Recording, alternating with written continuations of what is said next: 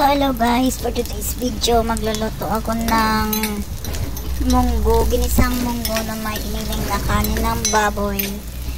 Tapos lagyan ko ng patatas, cabbage at saka talong. Dahil biglang na-miss ko ang lutong bahay, ayan, sariling sikap ako magluto ng aking pagkain.